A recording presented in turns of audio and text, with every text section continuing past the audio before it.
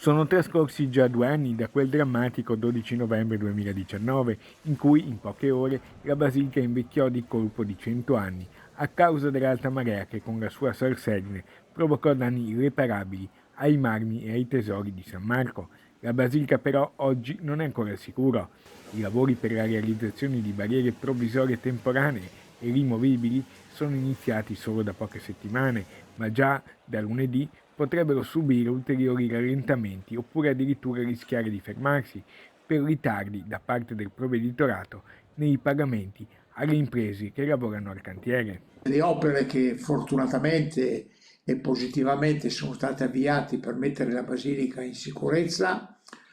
hanno iniziato bene il loro percorso nonostante i rallentamenti dovuti alle acque alte che abbiamo registrato in tutto il mese di novembre. Siamo qua per auspicare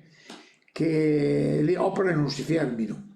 E domani, sabato 13 novembre, nella sede dell'Ateneo Veneto alle ore 11, verrà conferito proprio alla Procuratoria di San Marco il premio intitolato all'ingegner Pietro Torta, proprio per l'impegno dimostrato nella conservazione della Basilica Marciana. Noi all'interno della Basilica stiamo continuando con i nostri lavori che cerco di mettere riparo ai tantissimi danni che abbiamo subito e che continuiamo a subire.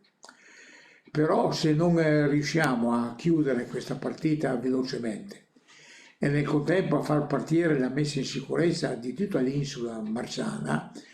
rischiamo che le attese vengano non soddisfatte